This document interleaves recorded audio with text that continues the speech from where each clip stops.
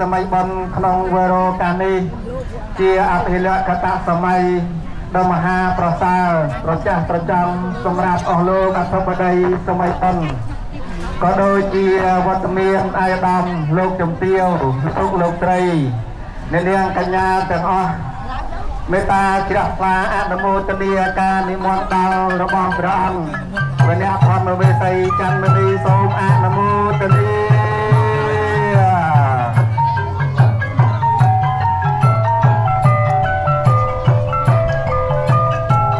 នៅក្នុងកាយយន្តសម័យដ៏ប្រពៃថ្លៃថ្លានេះជាវត្តមានជាកិត្តិយសដ៏ខ្ពង់ខ្ពស់ដែលទឹកបតីប្រកបដោយមេត្តាការ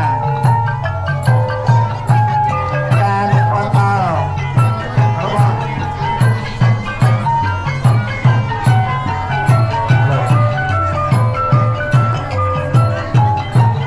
ចាស់នីដល់លោកព្រះការនិមន្តរបស់យើងខ្ញុំជាម្ចាស់ទានចូលរួមក្នុងកម្មវិធីបងអាយុវឌ្ឍនៈហេតុការកតញ្ញូកតវេទិនិងបច្ច័យជួររណាសេចក្ដីណាយើងមកគូដល់ខ្ញុំកណ្ដាលចំនួនមានតានេះថាពលរដ្ឋមានរបស់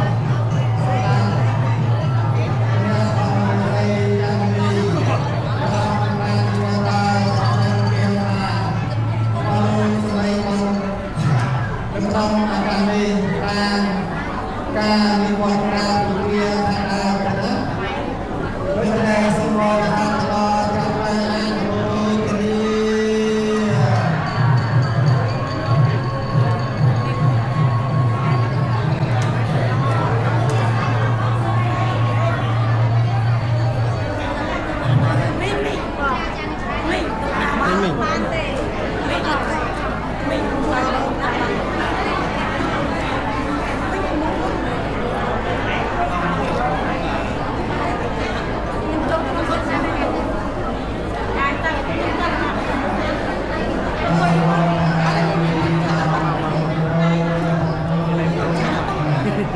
Thank you.